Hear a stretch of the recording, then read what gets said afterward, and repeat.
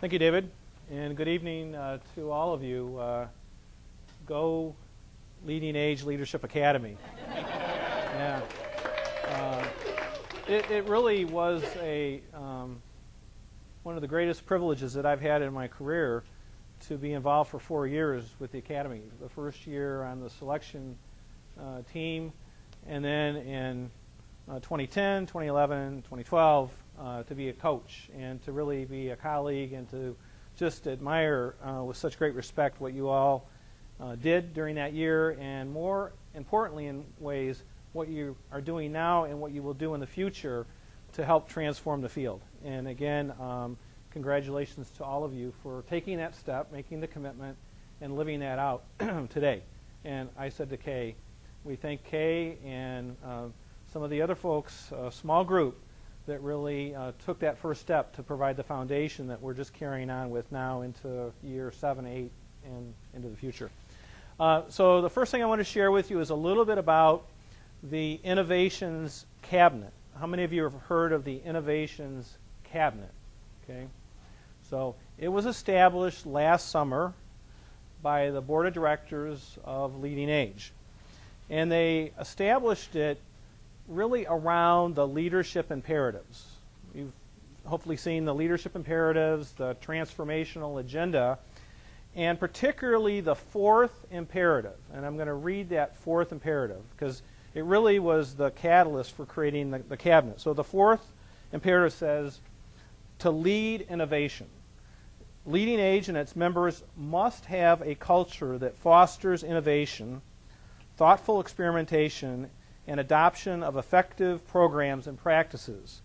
Through the members' long history of innovation in aging services, the not-for-profit sector has been and is expected to be the crucible of creative, entrepreneurial development of services that meets consumers' ever-changing needs. So that's the imperative. And there were three objectives under that imperative. The first was to assist members in repositioning and developing integrated systems of aging services at the community level. The second, to stimulate member innovation using the Innovations Fund. And the third, to advance models and strategies for affordable housing with services. There are 22 individuals that were appointed to the cabinet, including some of the Leadership Academy alumni. And I know that Rebecca, you're on that group, and Mary's on the group, and so 22 people are on the cabinet. The cabinet has met 4 times since last summer. We had our 4th meeting earlier today, and we are actively exploring ways to build and foster the culture of innovation in LeadingAge member organization, including collaborative initiatives in the broader community. We know that it will help members recognize the value of internal cultures of innovation and will highlight innovative practices and programs and ways of working.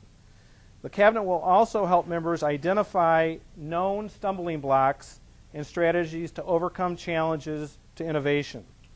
The cabinet is assisting in the formation of an innovation exchange platform for the sharing of ideas, innovative practices, projects, and research findings.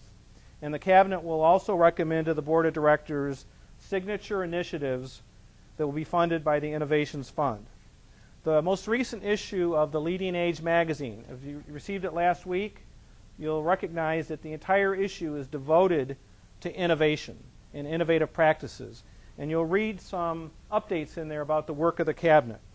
Finally, if you have any suggestions or questions or input, please contact Pat Sprigg, who is the co-chair of the cabinet, myself, or any member of the cabinet. We need and encourage your innovative engagement in expanding the world of possibilities for aging. So on behalf of Pat, myself, and the whole cabinet, you know, we really don't have to encourage you all, because you all are on that road already. We really need you to be even more involved as we think about the future. Now I'm going to turn briefly in 2 minutes to tell you my story about innovation that relates to Presbyterian Villages of Michigan. And for those of you that end up coming over to the table where I'm at, I'm going to provide you with this little placemat that describes a bit about our priorities at Presbyterian Villages of Michigan. One of the things that transformed our organization really started about 15 years ago, and it was around collaboration, partnerships. And we had not done any of that up until about 15 years ago. That has now become our norm. There's very few things that we do by ourselves. In fact, when we do something by ourselves, the question is asked, well, who else should be involved with this? And these range from legal partnerships to looser affiliations. What it has done for us, it has moved us in ways economically, socially, in areas of the geography of the state of Michigan, in arenas of diversity and inclusion that we would have never been able to do by ourselves.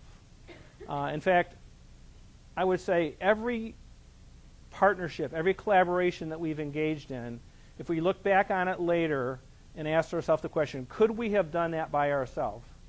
The answer would be a resounding no. So that's been one of our practices, and again, we hear more and more about collaborations and partnerships, and taking that first step was a bit of a challenge to do that. We had to take a little risk, give up a little comfort, but it's been well worthwhile. So that's what I plan to share with you more at the table.